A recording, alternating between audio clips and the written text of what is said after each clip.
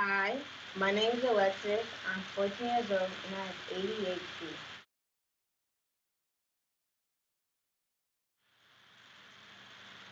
Even though I have ADHD, I'm still a regular teenager. But I have a hard time focusing than my peers, especially in school. I would describe myself as hopeful, caring, confident, courageous, but I would not describe myself as my disability.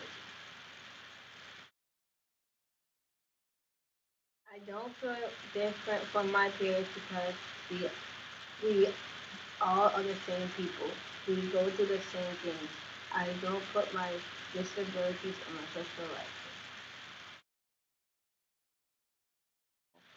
I face my biggest challenges in school when we're sitting in class doing nothing. But in gym, I not my biggest challenge.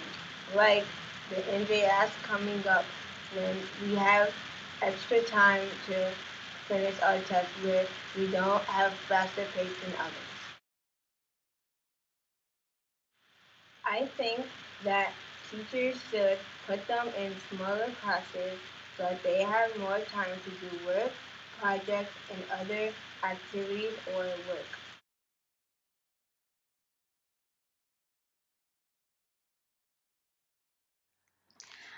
As a parent of children with ADHD, personal uh, changes had to occur with my work schedule, also being a single parent, and a child with ADHD tends to have a lot of maturity delays.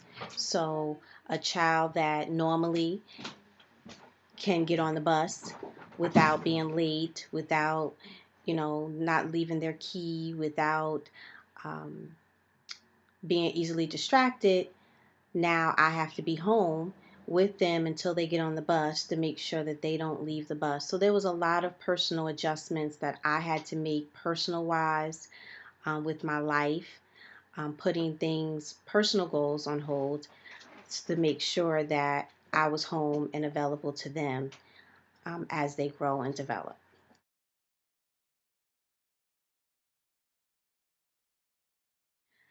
What advice I would give to a teacher with a child that is ADHD is to really get to understand that individual child, also to understand their strengths and their weaknesses, and how they can utilize their strengths and weaknesses to use that in the classroom, and also to help them as students um, be more comfortable and in who they are in order to succeed in their academic studies.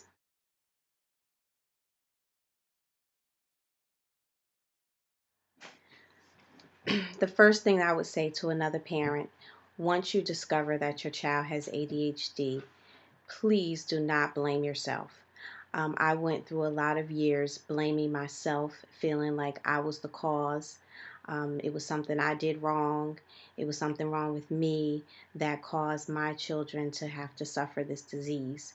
Once I went through that and realized that it was not my fault, that this was just typically a chemical imbalance in my kids, that it was easier for me to help them and understand and read and make yourself knowledgeable of what your children are going through.